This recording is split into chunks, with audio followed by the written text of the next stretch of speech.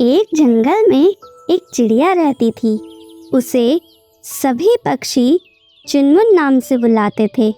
उसने 2 अंडे दिए थे और उसे अपने अंडों में से बच्चे निकलने का बेसब्री से इंतज़ार था।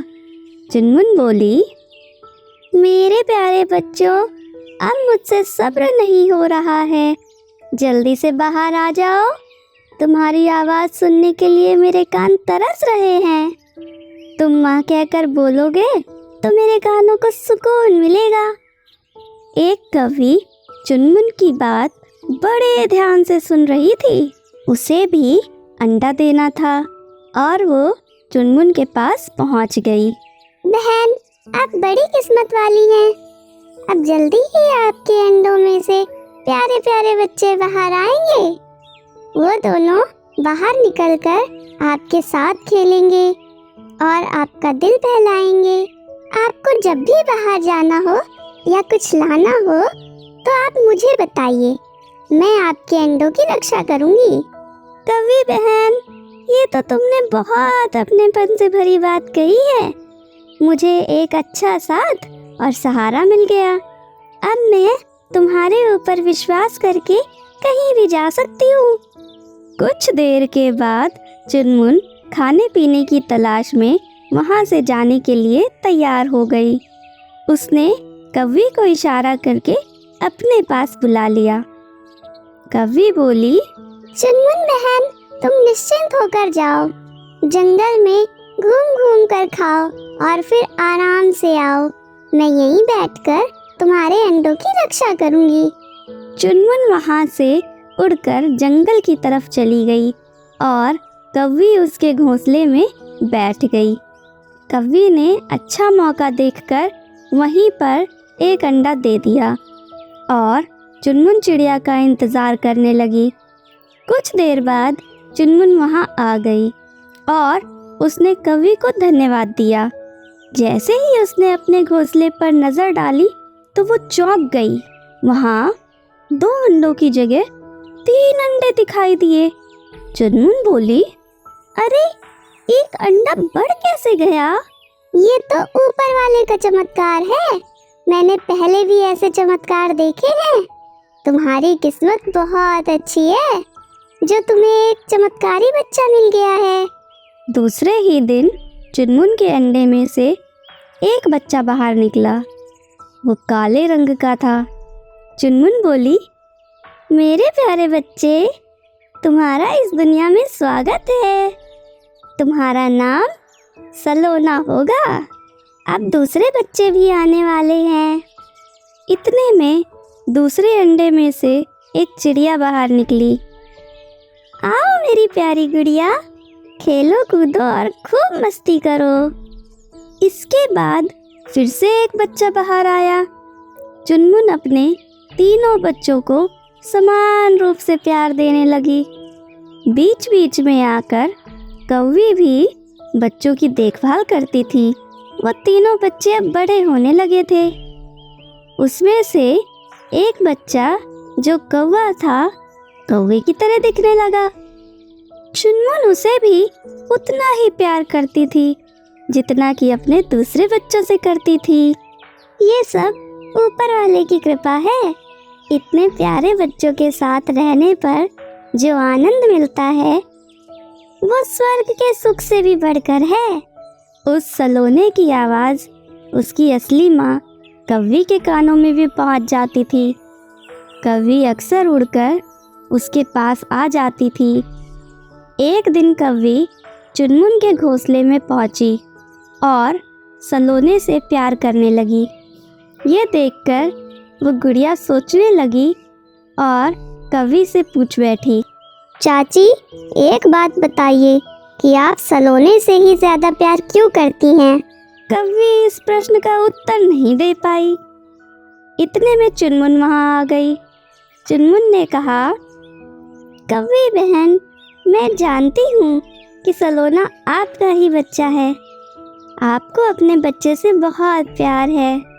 आपका इस पर अधिकार है। आप इसे ले जा सकती हैं। मैं जानती हूँ कि तीसरा अंडा आपका ही था। हाँ बहन, तुम सही कह रही हो। मैं स्वार्थी हूँ, मतलबी और आलसी भी हूँ।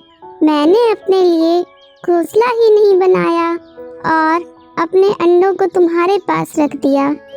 तुमने इसे पाला, अब इस पर तुम्हारा ही अधिकार है। कवि बहन, तुम्हारा अधिकार सबसे ऊपर है। तुम इसकी वास्तविक माँ हो। सलोना बच्चा, यही तुम्हारी असली माँ है जिसने तुम्हें जन्म दिया है। इनके साथ जाओ, इन्हें संतान का सुख प्रदान करो। नहीं माँ, मैं तुम्हें छोड़कर किसी के पास भी नहीं जाऊंगा। मेरी असली माँ तुम ही हो। मैं तुम्हें छोड़कर कहीं नहीं जा सकता।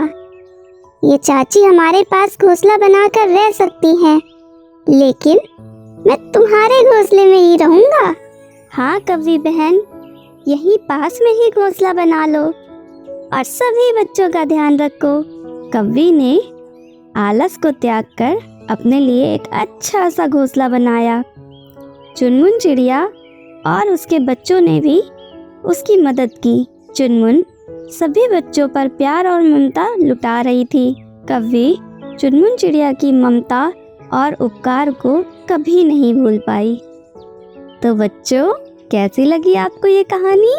ऐसी ही प्यारी प्यारी कहानियाँ सुनने के लिए हमारे चैनल को सब्सक्राइब करें, इस वीडियो को लाइक करें और ज़्यादा से ज़्यादा लोगों के साथ शेयर करें। Thank you.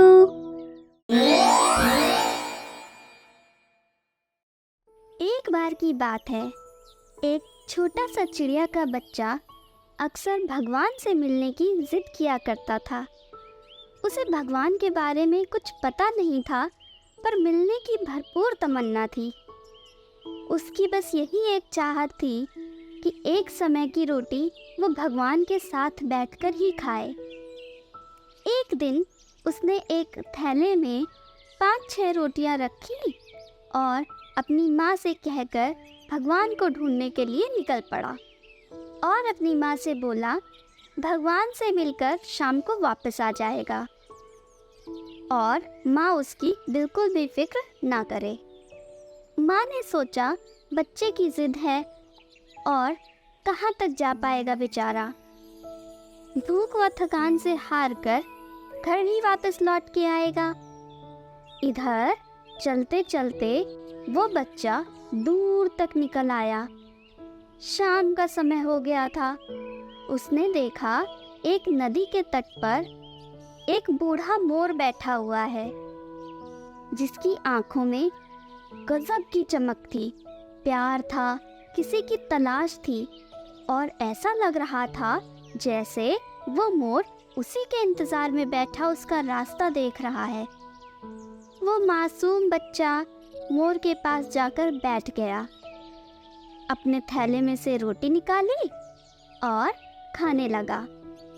फिर उसे कुछ याद आया तो उसने अपना रोटी वाला हाथ उस बूढ़े मोर की तरफ बढ़ा दिया और मुस्कुराकर देखने लगा। उस मोर ने रोटी ले ली और रोटी देखते ही मोर के चेहरे पर अजीब सी खुशी आ गई। उसकी आंखों में आंसू भी थे। वो चिड़िया का बच्चा मोर को देखे जा रहा था। जब मोर ने रोटी खा ली तो उसने एक और रोटी दी। मोर अब बहुत खुश था, बच्चा भी बहुत खुश था। दोनों ने आपस में बहुत प्यार और स्नेह के पल बिताए। जब रात घिरने लगी तो बच्चा बूढ़े मोर की आज्ञा लेकर घर की ओर जाने लगा और जब वो बार बार पीछे मुड़कर देखता तो पाता बुजुर्ग मोर उसी की ओर देख रहा होता है। बच्चा घर पहुंचा तो चिड़िया माँ ने अपने बेटे को आया देख जोर से गले लगा लिया और चूमने लगी। बच्चा बहुत खुश था। माँ ने अपने बच्चे को इतना खुश पहली बार देखा था और उसने उससे उसकी खुशी का कारण पूछा। तो चिड़िया के बच्चे ने बताया, माँ, आज मैंने भगवान के साथ बैठकर रोटी खाई। आपको पता है माँ, उन्होंने भी मेरी रोटी खाई। पर माँ, भगवान बहुत बूढ़े हो गए हैं। मैं आज बहुत खुश हूँ माँ। उधर बुजुर्ग मोर भी जब अपने घर पहुंचा तो अपने साथी मोरों को बताया कि आज वो बहुत खुश है। लोगों ने उसके खुशी का कारण पूछा। वो मोर बोला, मैं 2 दिन से नदी के तट पर अकेला भूखा बैठा था। मुझे पता था भगवान आएंगे और मुझे खाना खिलाएंगे। आज भगवान आए थे, उन्होंने मेरे साथ बैठकर रोटी खाई, मुझे भी बहुत प्यार से खिलाई, बहुत प्यार से मेरी ओर देख रहे थे। जाते समय मुझे गले भी लगाया।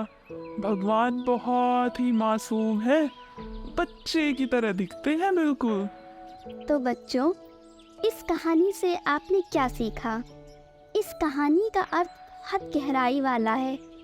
वास्तव में बात सिर्फ इतनी है कि दोनों के दिलों में ईश्वर के लिए अगाध सच्चा प्रेम था और प्रभु ने दोनों के लिए एक दूसरे के रूप में खुद को भेज दिया था।